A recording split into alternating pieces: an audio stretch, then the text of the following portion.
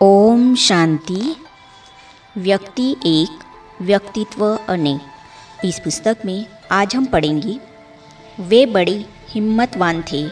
इस विषय पर दिल्ली से टीचर्स ट्रेनिंग करते समय भ्राता जगदीश जी के सहपाठी थे ब्रह्मा कुमार भ्राता सुंदरलाल जी, हरिनगर, दिल्ली। वे उनके बारे में अपना अनुभव इस प्रकार सुनाते हैं। तो चलिए आज हम इसे पढ़ते हैं। मैंने उनमें यह विशेषता देखी कि वे बड़े हिम्मतवान थे। मुसलमानों की संस्था होने के कारण विद्यार्थियों को पास या फेल करना उनके ही हाथ में था। कोई हिंदू उनसे कुछ कह नहीं सकता था। वे जो करते थे वही अंतिम फैसला होता था। लेकिन जगदीश भाई ऐसे हिम्मतवान व्यक्ति थे। उन्होंने मैनेजमेंट कमेटी वालों के साथ जंग लड़ी, उन लोगों से बात की, चर्चा की। हिंदू विद्यार्थियों के लिए वे लोग साल भर के सारे पैसे खाने के, फीस के, हॉस्टल के विद्यार्थियों से एडमिशन के समय ही ले लेते थे। लेकिन खाने की, रहने की उतनी अच्छी सुविधा नहीं देते थे। जगदीश भाई हमारे मॉनिटर भी थे। उन्होंने उनसे पूछा कि हमारे से इतने पैसे लेते हो, उसका हिसाब तो बताओ कि किस किस का कितना पैसा है। इस प्रकार मैनेजमेंट वालों से बात करके खाने पीने, रहने में जो असुविधाएं थी उनको ठीक करवाया। जिस संस्था में हमें पढ़ना है, जिनसे हमें पास होना है, उनके साथ बात करके उनकी कमियों को उनके ध्यान पर लाना, उन कमियों को और समस्याओं को ठीक करना, यह बहुत बड़ी हिम्मत की बात थी। उनके अंदर उमंग बहुत था। दूसरी बात यह थी कि उनमें उमंग बहुत था। जब वे ज्ञान में आए तब दिल्ली में कमला नगर वाला ही सबसे पहला सेंटर था। जामा मस्जिद के पीछे थियोसॉफिकल सोसाइटी थी। उसका काम ही था अच्छे अच्छे वक्ताओं को बुलाकर उनसे भाषण करवाना। जगदीश भाई भी वहाँ जाया करते थे। जब उन्होंने ब्रह्मा कुमारियों का भाषण सुना तो उनको पता लग गया कि ब्रह्मा कुमारियों की बातें अच्छी हैं। वहाँ से एड्रेस लिया और वहाँ जाने का निश्चय किया। बहनें रहती थी कमला नगर के पीछे मलकागंज इलाके में। ये रहते थे ओखला में। दूरी थी लगभग 18 माइल की। उस समय इनको न रास्ता पता था, न बस का, और न उनके पास कोई साइकिल आदि साधन थे। लेकिन उन्होंने कहा मैं उनके पास जाऊंगा, और वे गए। उनको भगवान को जानने की बहुत तीव्रता थी। कॉलेज में रोज़ सुबह पीटी अर्थात दैहिक व्यायाम प्रशिक्षण होता था। वहाँ सबकी हाजिरी जरूरी थी। लेकिन जगदीश भाई कहते थे मैं बहनों के पास जाऊंगा ज़रूर। यह है ना हिम्मत, उल्लास, उमंग। कई बार ये वहाँ बहुत जल्दी पहुँच जाते थे और बहनों को जगा देते थे। उनकी बुद्धि बड़ी तेज़ और विशाल थी। उनका बाबा पर बहुत ही निश्चय था। उस अटूट निश्चय के कारण बाबा उनसे जो भी कहते थे उस कार्य को वे करके ही दिखाते थे। मुझे ज्ञान में आने की प्रेरणा उन्होंने ही दी। हम साथ साथ पढ़ते थे। उन्होंने मेरे में देखा कि यह व्यक्ति धार्मिक है। हमारे घर में सब धार्मिक लोग थे। घर में रामायण का अखंड पाठ चलता रहता था।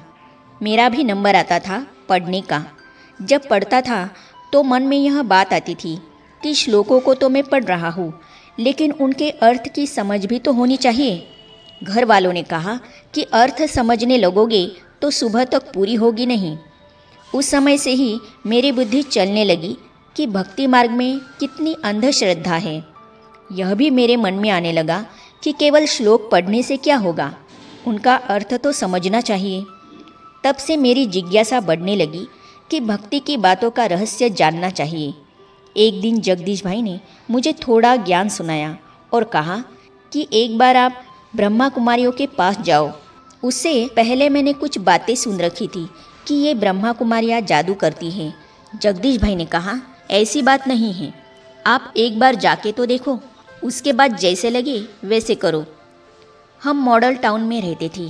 सेंटर दूर पड़ता था, इसीलिए उस समय जाना नहीं हुआ। कुछ सालों बाद हम शक्तिनगर में स्थानांतरित हुए। वहाँ से कमला नगर नज़दीक पड़ता था। मेरी नौकरी भी उतनी मेहनत और व्यस्तता वाली नहीं थी। एक शाम को मैं कमलानगर सेंटर पर गया। वहाँ का वातावरण बहुत अच्छा लगा। उस दिन भोग था तो उन्होंने भोग खिलाया, वो भी बड़ा अच्छा लगा। उसके बाद ज्ञान की बातें सुनी तो वो भी ठीक लगी। कोर्स भी करना शुरू कर दिया। धीरे धीरे यह समझ में आ गया कि यह प्रैक्टिकल जीवन अच्छा है, इसको अपनाना चाहिए। लेकिन यह निश्चय नहीं था कि यह ज्ञान कौन दे रहा है। मैं जब कोर्स लेने जाता था तब जगदीश भाई सेंटर पर ही रहते थे। हमारे दैवी विवाह में वे ही पंडित थे। हमारे दैवी विवाह में जगदीश भाई का बड़ा पार्ट था। शादी के लिए 2 पंडितों को चुना गया था, एक हमारी तरफ से और एक कन्या की तरफ से। उन दिनों पंडितों को जगदीश भाई ने ही ट्रेनिंग दी थी कि उनसे मंत्रों, श्लोकों और रीति रिवाजों में विकार की कोई भी बात नहीं होनी चाहिए। एक पंडित था शुक्ला बहन की तरफ से। पुराने सब भाई बहनें उनको जानते थे। उनको यज्ञ में कवि जी कहते थे। हमारी तरफ से थे जगदीश भाई। शादी के बाद जगदीश भाई ने बिरला मंदिर के पास एक पब्लिक प्रोग्राम रखा था कि लोगों को और रिश्तेदारों को पता पड़े कि हमारी यह डिवाइन मैरिज है, आध्यात्मिक और पवित्र जीवन जीने के लिए। उस प्रोग्राम में स्टेज पर दीदी मनमोहिनी जी और दादी चंद्रमणि जी थी। चंद्रमणि दादी जी ने हम दोनों को एक एक अलार्म घड़ी सौगात में दी और बताया कि यह इसलिए आपको दी गई है ताकि आप दोनों रोज़ समय पर क्लास में जाएं। शादी के बाद हमने फिर मॉडल टाउन में रहना शुरू किया। मॉडल टाउन से कमलानगर जाने के लिए कोई सुविधा नहीं होती थी उन दिनों। वो रास्ता जिसको जीटी रोड कहते हैं, जंगल था। बसें भी बहुत देर से चलती थी, क्लास जल्दी पूरी होती थी। इसीलिए हम दोनों गांव से जो सब्जी वाली ठेली आती थी उस पर टाट बिठाकर बैठकर जाते थे। कहने का मतलब यह है कि दादी के कहने का हमारे ऊपर इतना असर पड़ा कि कैसे भी करके रोज़ क्लास में जाना है और जाते भी थे। ट्रेनिंग के बाद जगदीश भाई सोनीपत में नौकरी करने लगे। कुछ महीने ही उन्होंने वहाँ नौकरी की और समर्पित हो गए। मैंने हरियाणा के करनाल ज़िले में 1-1.5 साल नौकरी की। उसके बाद सिवानी के कॉलेज में 2 साल प्राध्यापक के रूप में नौकरी की। हम दोनों सिर्फ इकट्ठे पढ़े लेकिन इकट्ठी नौकरी नहीं की, अलग अलग जगह पर रहे। उसके बाद फिर मैं दिल्ली आ गया। दिल्ली आने के बाद आपस में मिलते रहे।